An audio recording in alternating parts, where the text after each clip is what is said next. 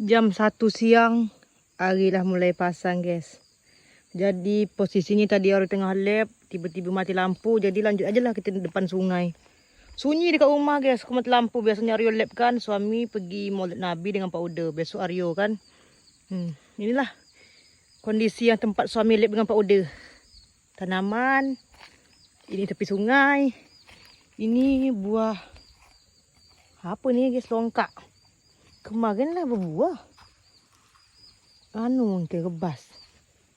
Dan inilah pondok suami. Di kanan dia pokok ubi. Tuh.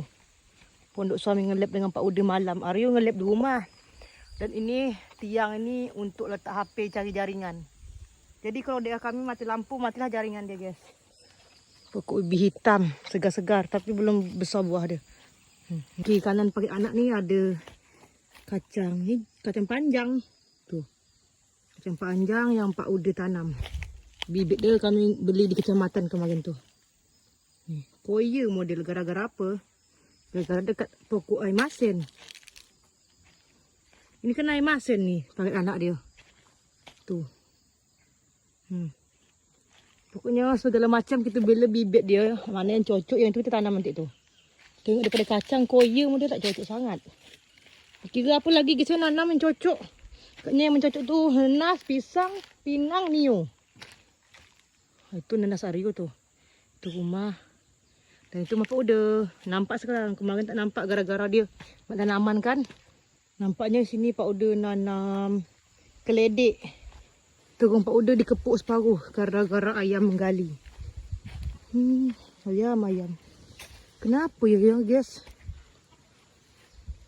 Terung ni Aryo beli bibit dia di kecamatan. Buah dia bulat macam ni. Dan dia rongak macam ni.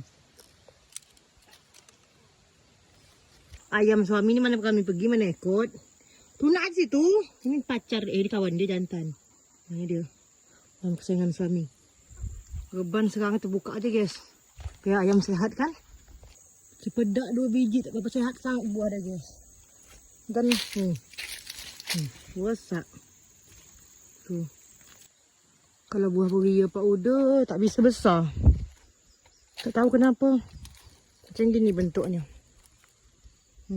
Gagal panen. Kenapa ya guys? Tu juga. Belakang rumah ada betik, ubi, cabai, pisang dan durian. Ubi dia belum bisa panen. Guys, kemarin ada yang komen tanya masalah betik apa guys. Ari pun tak tahu guys. Apa nama dia guys ya? Daun dia lain, buah dia besar betul.